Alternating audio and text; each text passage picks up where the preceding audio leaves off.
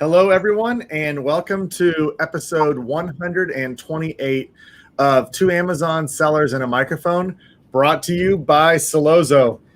Today, Chris and I are excited because our guest is James Falconer from Seller Rocket, and we're going to talk all about, you've got a lot of experience in the publishing world, and we're going to see your perspective from that side as a publisher and what that could mean for people that are running their businesses on Amazon. So James, welcome to the show. Glad to have you on.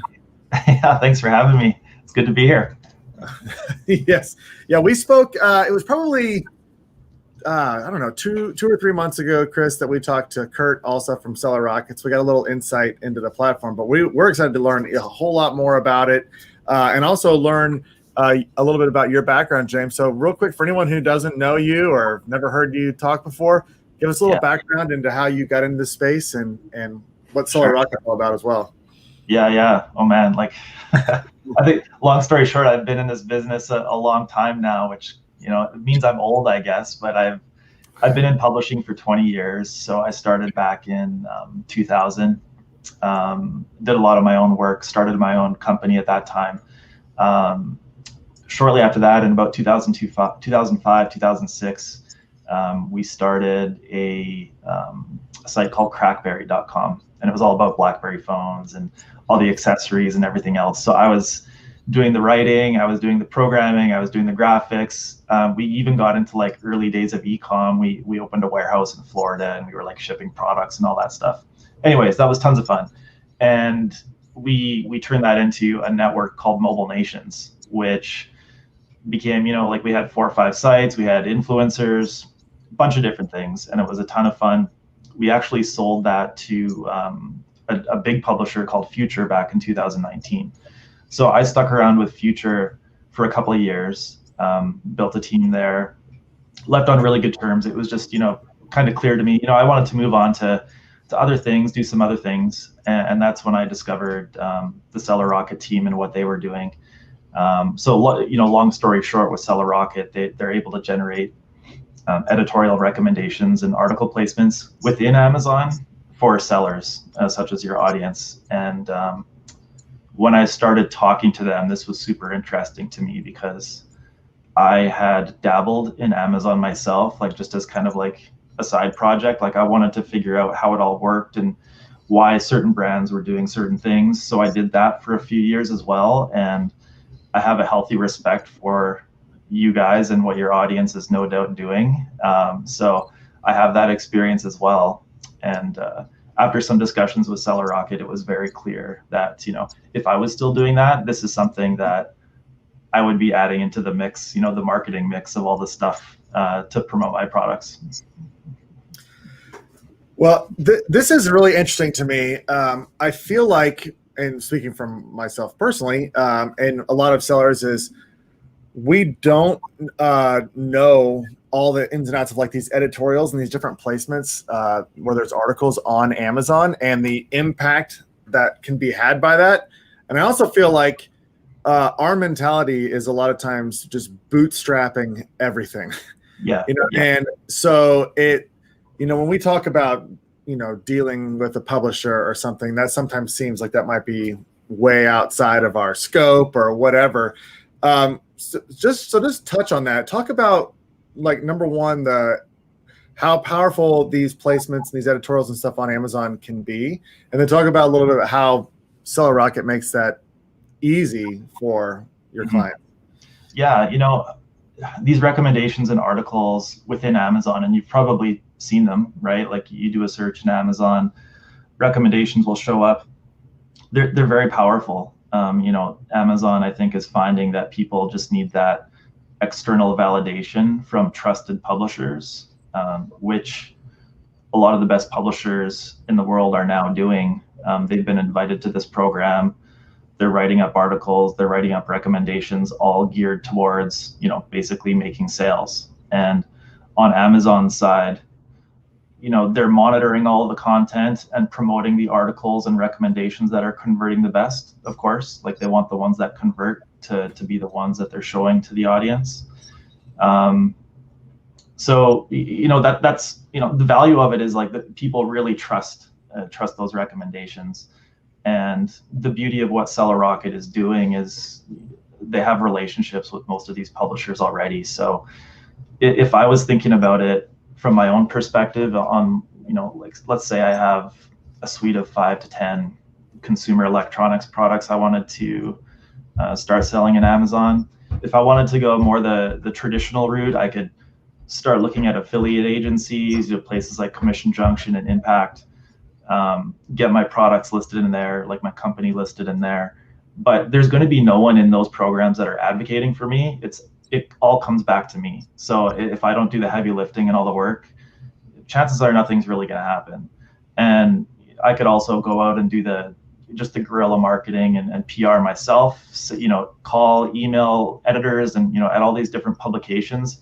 That's a ton of work too, and there's no guarantees there. And then the third thing too is more traditional PR. Yeah, sure, you could hire an agency, but those fees are going to be really high. They're going to have crazy retainers, and that's what the big players do, right? Like the biggies, and I think of like Samsung. You name the big company, that's what they do. And of course, they're very active in affiliate networks as well, but they have people on that side advocating for them. So the Seller Rocket, the difference is, we're already working with all these publishers. We're providing publishers with a feed of amazing products that are well reviewed, well ranked. And the publishers love that because they want to give value to their readers. They want to recommend products that are well reviewed, well ranked. It saves them a lot of time and research from having to go through, look at products, figure out what things they should put in their articles.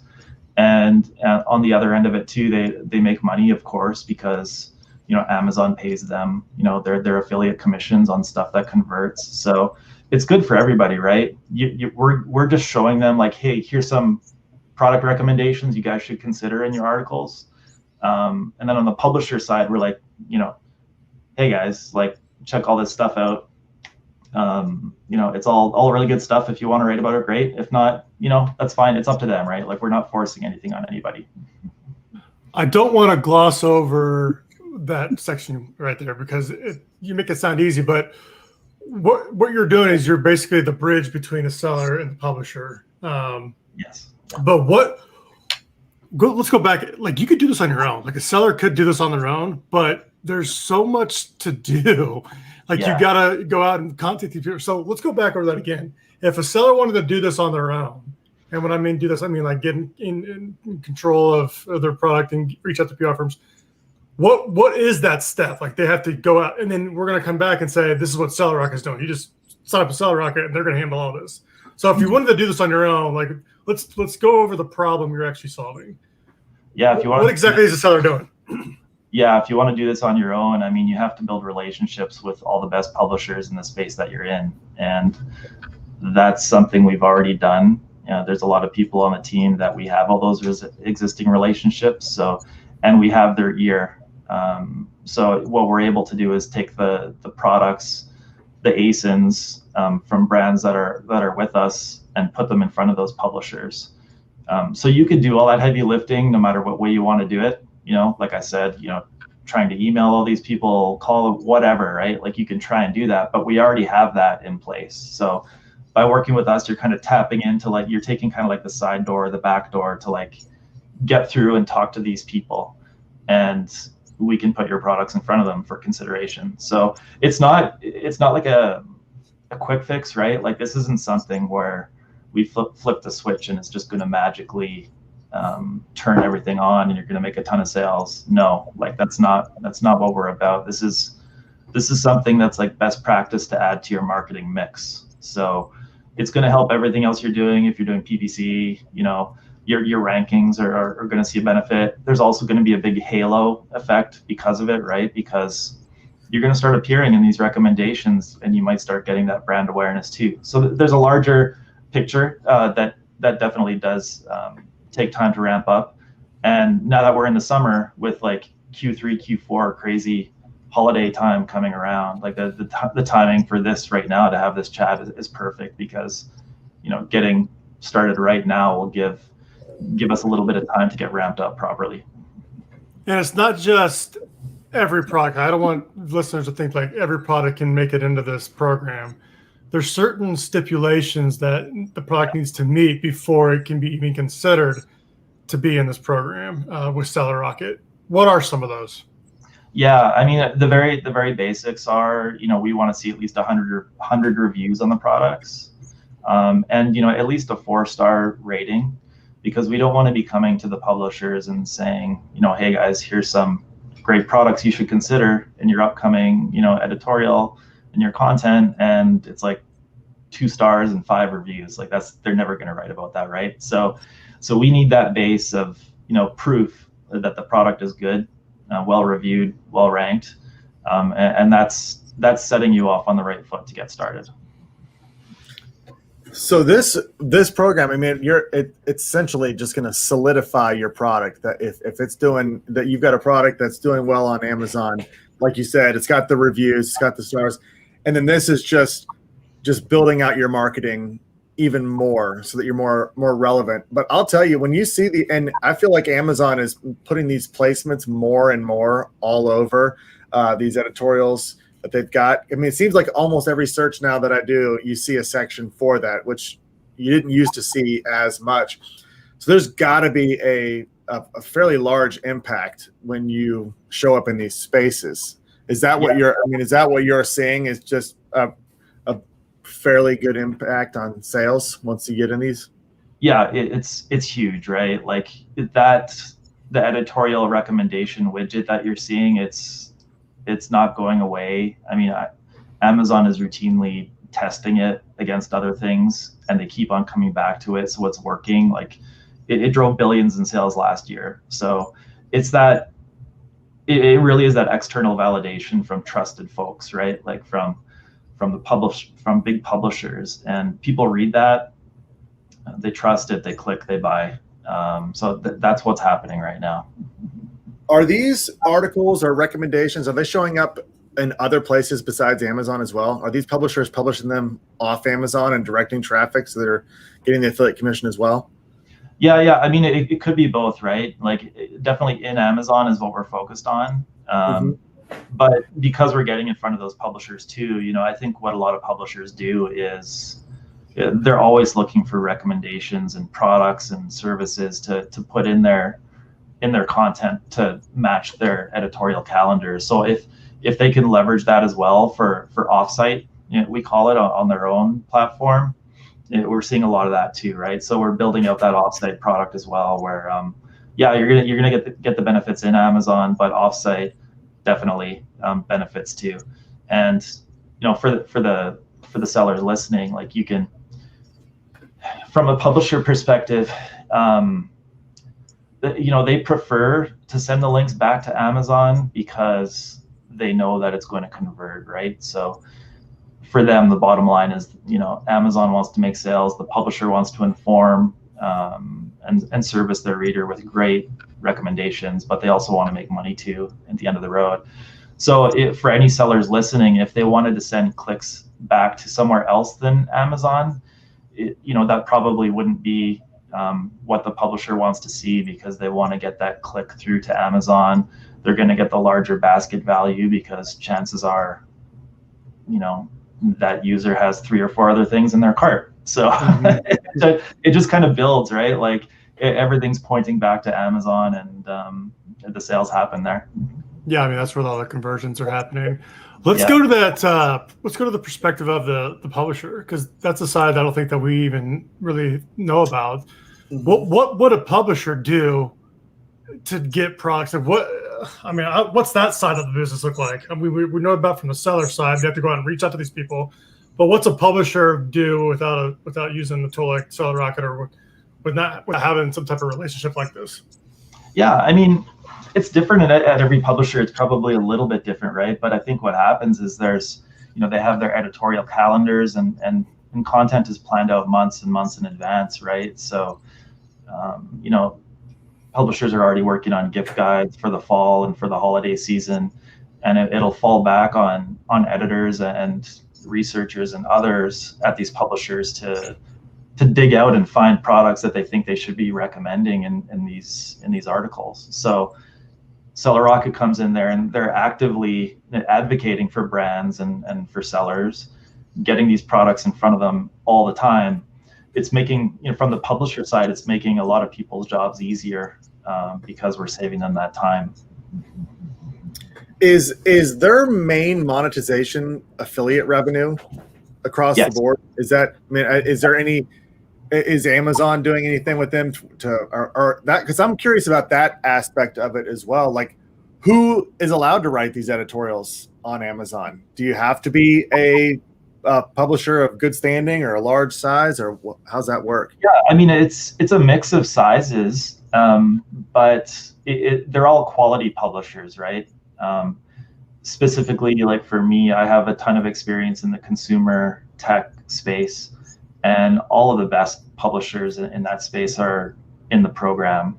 So I think they've actually, don't quote me on this, I think they actually kind of slowed down or stopped accepting publishers for a while, but the best ones are in there. So, you do a search for whatever it is in consumer tech, the top 10 sites that show up, chances are 9 or all 10 of those are enrolled in the program. So, from a seller side, you could go out and try and build those relationships with those publishers if you wanted to, right? But I don't think you want to spend 8 hours a day, 5 days a week trying to do that. So that's where this comes in. And those publishers probably get those emails 1,000 times a day. Oh yeah. And they get one contact from you that they're gonna respond to. Exactly.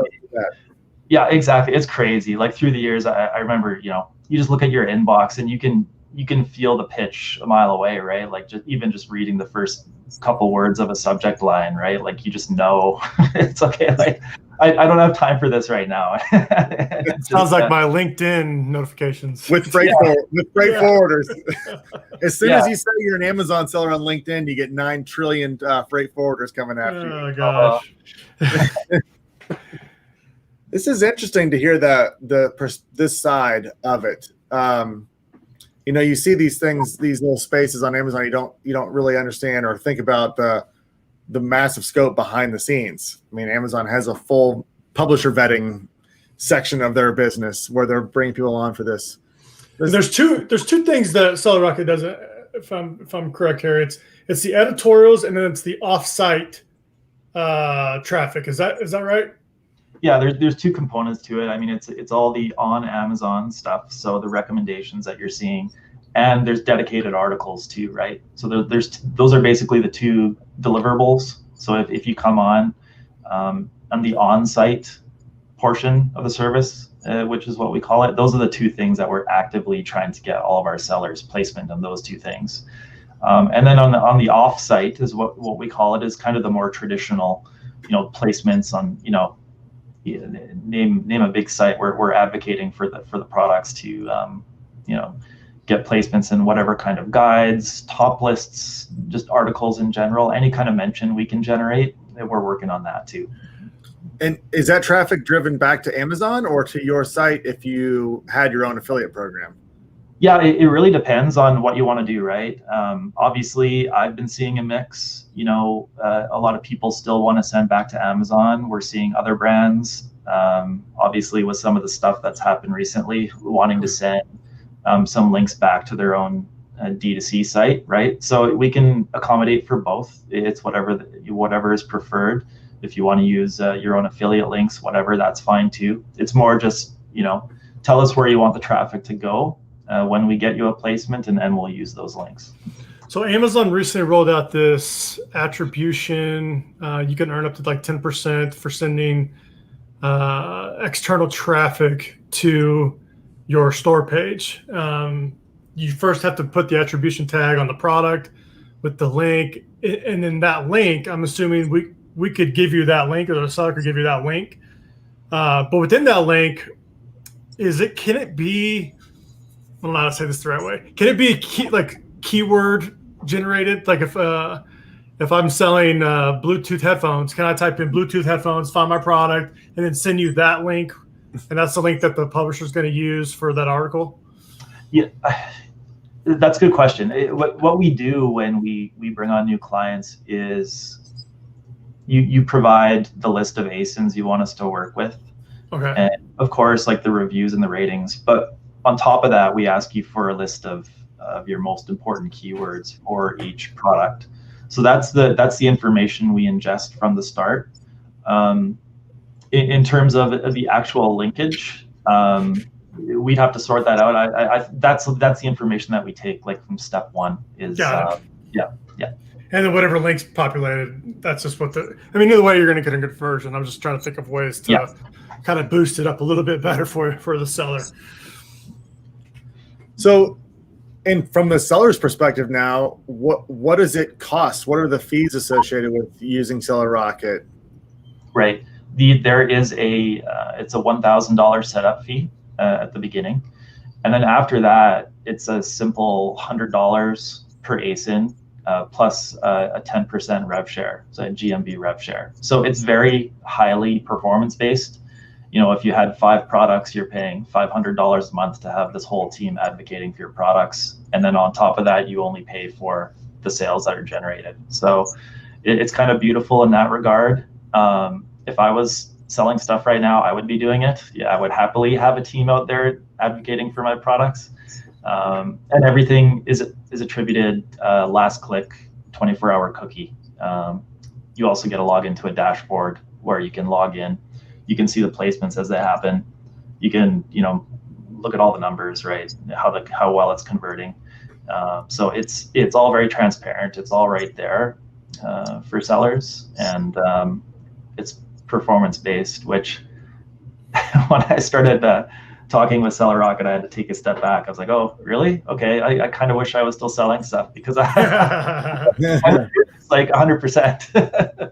So go ahead, Chris. Go ahead. I got a few ASINs in there in the program, and it is nice because he's right. James, you're right, where it's like it's an addition to your marketing program, and then you kind of don't even think about it anymore. Like once it's enrolled, once you've provided the ASIN, the keywords, the rest is on Seller Rocket, like to find the publisher or get the publisher to publish something. Like after that first couple of months, I don't really even put it up there. Now I did get an email from Kurt probably 2 or 3 weeks ago just to let me know, hey, your article's live. Like I was in the editorial recommendation, which was kind of surreal.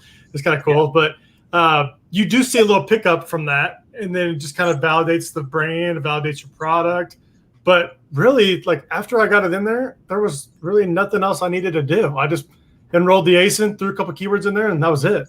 Yeah, it's great, right? Like, and it's I like to think of it, at least in my head, as like the slow, steady build, right? It's like building any solid business. It's just going to build over time. So, you let us run with things. You have questions, call, email us, whatever. We're here to help. If there's anything from our side too, like you dealing with Kurt, like we'll reach out the other way too, right? It's very much a two-way street. So we're always there, always working on stuff, and just over time, it's going to build, it's going to get there. So it's kind of it's a best practice to add for anybody, right? Like it's going to help everything else that you're doing. It's like PPC. It's not. This is not a short-term thing. This is not I'm going to start it today and it's going to be good by Friday. Like it's not. Exactly. This is a long-term play. Exactly. Yeah, and I'm glad you mentioned that because I have had a few brands come on board and they're very much like, okay, well, we signed up yesterday. Where's the results? And it's like, well, no, hold on. Like, that's not how it works. Give us some time. This is, we've got to advocate for your products. It's going to take a little while. Yeah, it's not that quick fix. Definitely not. So I just learned something, but based on what Chris was talking about and you were talking about, I mean, it's not like, oh, we're going to sign up and we're going to pay for an editorial. It's constant. It's once you're in, you guys are advocating for the product for as long as you're trying to get them in as many editorials as possible, right? Yeah, exactly. And, it's very much recommended. Like if you provide, let's say you provide 10 ASINs to us, don't give us 10 ASINs that you think you may want to pull off the shelf in a month. Like pick products that are going to be around for a long time, because, when placements are generated, those links are going to be up. And the last thing we want to do is have to go back and tell them, tell a publisher, oh, you got to remove that link or you switch it out with another. That just creates a ton of work. So well-reviewed, well-ranked, and products that you're in for the long haul. And then, we can take those and run with it. Yeah, what I liked was I haven't done anything. Like all I've done is I've given the ASINs, given the keywords. Kurt reached out and was like, "Hey, let's go after these keywords. Let's try these and see if we get some traction on these." I'm like, "Sure, it makes sense. Yeah. It makes sense to the keyword. Let's go after those." And then like if they don't perform, he'll say, "Let's go after this segment." I'm like, "Fine." Like I'm not actively like reaching out to do things. It's like I just put it in there, and the team takes care of it over there at Seller Rocket. Yeah, and Kurt's awesome, right? Like he knows so much about Amazon. It makes my head spin sometimes. Like to talk to about all this stuff. Well, if anybody's out there listening right now and they're liking what they hear and they want to get started with you, tell them how they can sign up, start working with you guys. Yeah, super simple. Just go to sellerrocket.io is our site, and reach out to us, contact us, and mention you heard us on the podcast. So mention the 2 Amazon Sellers and a Microphone podcast, and we'll talk. We'll get you set up. Super easy. Yeah. Obviously, Chris is liking his experience. Yeah. So I'm gonna do another ASIN, I think, after this call. That's awesome. Well, James, thanks so much for joining us today. It's been I'm always fascinated with these conversations. We appreciate it. I know everyone listening got a lot of value out of this. So thanks so much for joining us. We'll have to get you back on in a few months or so to talk about if anything's changed. Talk about my results. Maybe my results have changed. Yeah, we'll see about Chris's results. Yeah, I would love to. Yeah, and thanks for having me. We'll do it again. I really enjoyed it. Thanks, guys. Sounds good. Well, appreciate it. And for everybody listening, make sure that you check out sellerrocket.io. Also, if you enjoy content like this, make sure that you subscribe to the podcast. You can also subscribe to Solozo's Facebook page and Solozo's YouTube channel. Turn on notifications. We go live every day with these podcasts with great people like James. So make sure that you do that so you don't miss out on any of our episodes. James, thanks for joining us. Everyone, we'll see you again on the next one. Have a great day.